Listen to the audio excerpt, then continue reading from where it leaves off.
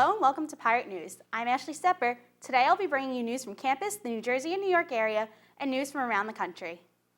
The Seton Hall Brownson Speech and Debate team participated in their first asynchronous tournament, OATS 4, or Online Asynchronous Tournament Series 4, and came out on top, receiving the first place in the tournament. At OATS 4, the team competed in 11 different events against 24 different schools.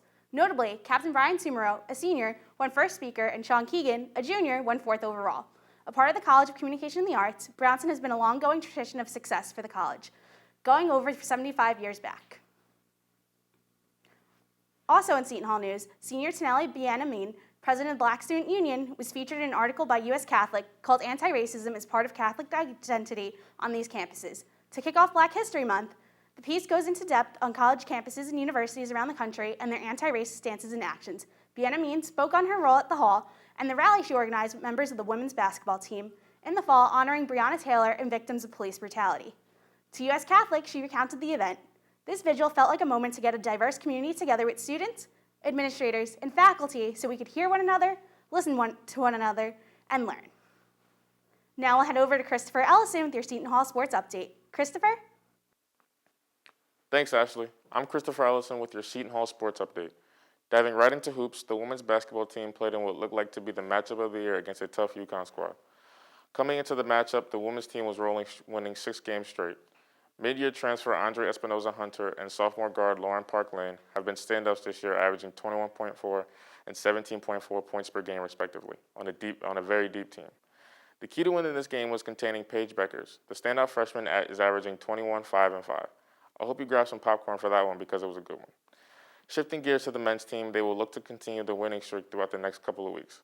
They will play a love-filled game on Valentine's Day against a scrappy Marquette. Wednesday, they play a deep DePaul team, and to close it out, they play the always talented Georgetown team. Miles Kale, and Sandro Mamu Vasqueli continue to impress in their senior years, and Mamu Kelesrelli looks to continue to make a case for Big East Player of the Year. That's all for your Seton Hall Sports Update. Now back to Ashley at the desk. Thank you, Christopher. A New Jersey State panel approved a bill to prohibit sales of tobacco in all pharmacies statewide and now moves to the full Senate for a vote.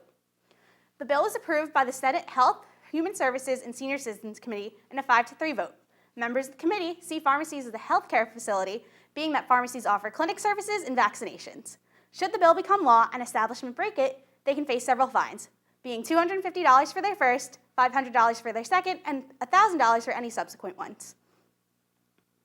In other New Jersey news, school leaders are pushing for the state to seek a federal waiver for standardized testing this year. With 190 districts in a fully remote instruction setting and many others in and out of their classrooms due to COVID-19, educators feel student experience has already been disrupted enough, hindering their performance. Standardized testing is federally required, but was allowed to be canceled last year in the wake of the pandemic.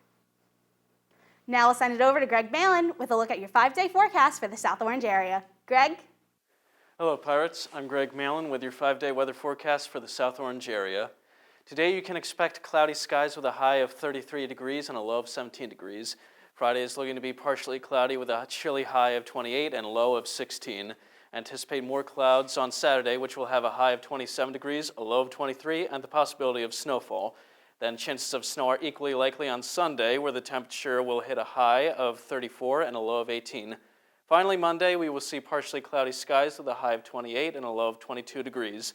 That will do for your 5-day weather forecast. I'm Greg Mehlin. Now back to Ashley for news from across the country. Thanks, Greg. In national news, Senator and former President Trump's second impeachment trial have decided to consider the case, despite attempts by his defense team and other Republicans.